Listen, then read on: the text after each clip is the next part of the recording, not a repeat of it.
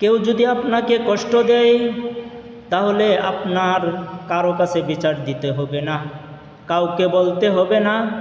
আপনি শুধু সূরা ইউসুফের 87 নম্বর আয়াত, ক্বালা ইন্নামা আশকু বাসি ওয়া হুজনি ইলাল্লাহি ওয়া আ'লামু মিনাল্লাহি মা লা তা'লামুন।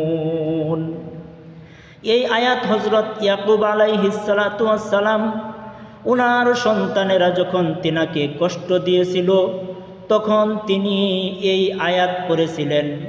আয়াতের অর্থ হচ্ছে যে আমার সমস্ত দুঃখ কষ্ট যা কিছু আছে সব কিছু আমি আল্লাহর কাছে বললাম, দুনিয়ার কারো কাছে আমি বললাম না। আল্লাহ তাআলা যেন উপযুক্ত বিচার করেন। আল্লাহ হচ্ছে সবচাইতে বড় বিচারক, আহকামুল হাকিমিন। এই জন্য এই আয়াতটা যদি কোনো মানুষ পড়ে 11 বার যদি পড়তে পারে তাহলে আল্লাহ তাআলা ওই মানুষকে খুশি করে তার শত্রুর বিচার আল্লাহ তাআলা করে দিবেন।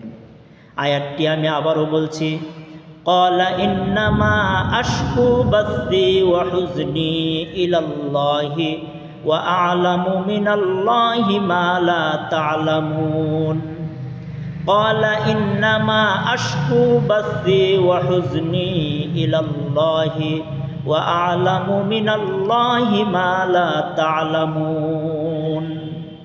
এই আয়াতটি আপনি 11 বার পড়বেন, তাহলেই আপনাকে যে কষ্ট দিয়েছে তার উপযুক্ত বিচার আল্লাহ তাআলা করে দিবেন।